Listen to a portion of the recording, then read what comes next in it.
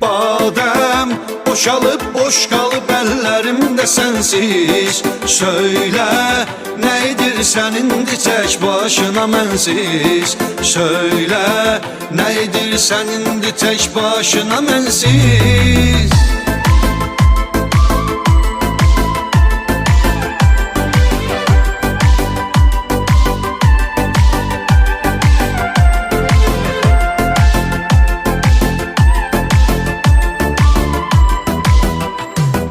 Kurmuşam xəyalımda qəm məclisi, səni sənsiz düşünməkdi ən pisi.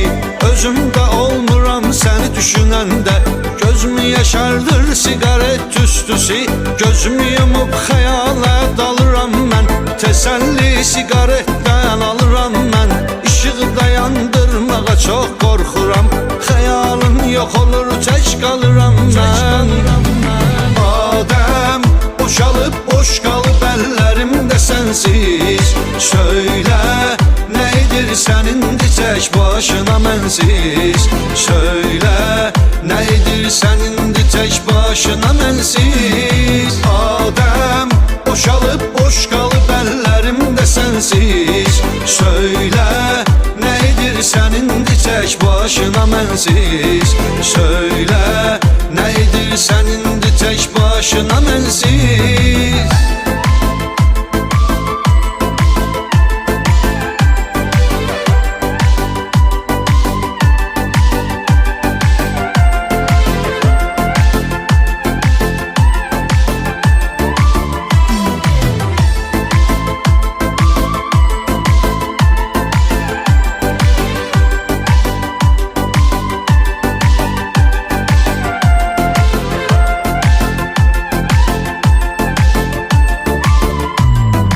Çəkməcədən çıxardıb qucaq-qucaq, köhnə şəkillərinə baxırdım bayaq.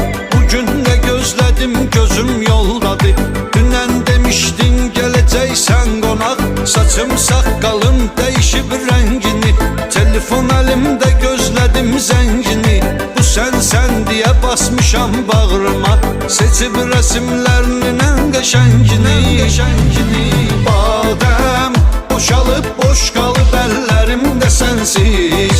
Söyle neydir senindi tek başına mensiz. Söyle neydir senindi tek başına mensiz. Adem boşalıp boş kalıp ellerimde sensiz. Söyle neydir senindi tek başına mensiz.